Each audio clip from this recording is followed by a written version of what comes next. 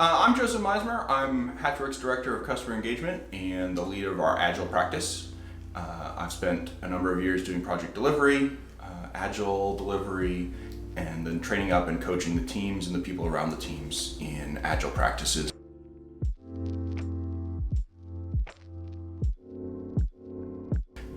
Agile really encourages having people, in an ideal world, sitting together in a project room where maybe you're five feet away from the person answering your question.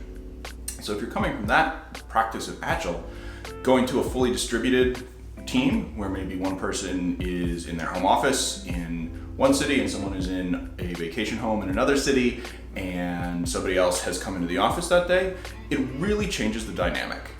If you're used to being able to turn your head and get an answer to a question, and now you have to hope that somebody is looking at their Slack or their Microsoft Teams to get that answer, that's going to put a break in the system. So maybe where you're used to having a feedback cycle of 30 seconds, you're now looking at a feedback cycle of 15 minutes. And if you've got 10 or 12 questions like that a day, you can see how that would really spread out and either stretch your delivery or cause you to have to do something maybe without the feedback or support that you're used to. When you put those pieces together, you're looking at longer cycle times, you're looking at more risk around quality of delivery, and generally you're looking at things going more slowly for one reason or another. I think that's going to be the biggest change is moving from this space of being able to get a quick answer from somebody 2 feet away from you to having to go through a longer cycle and a longer process.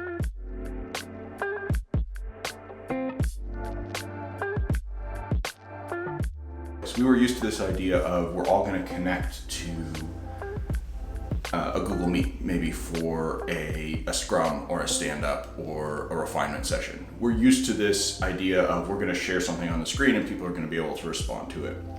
And I think being able to have a little bit of that familiarity took some of the edge off of that initial transition.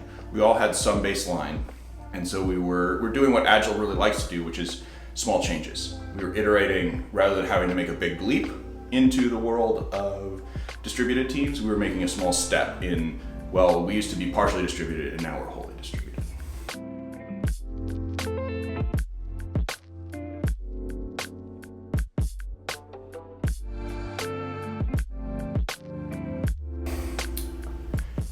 Incremental change is important because big change is hard and small change is much easier.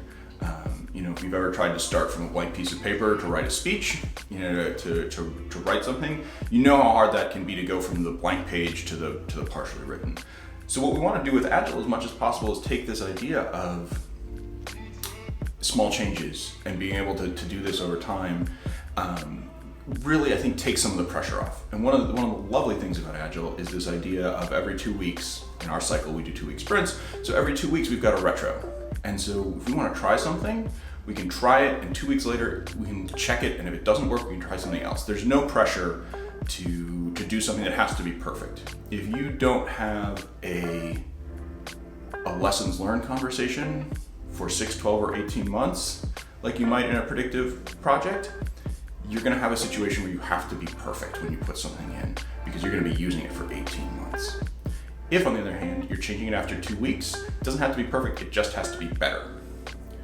And if it's better, one, the team's functioning better, and two, you have more information 2 weeks later and you can make an even more informed decision. And 2 weeks after that, you're going to have more information and you can make an even more informed decision. So, small steps, lots of small steps, you're much more likely to get there than if you try to jump.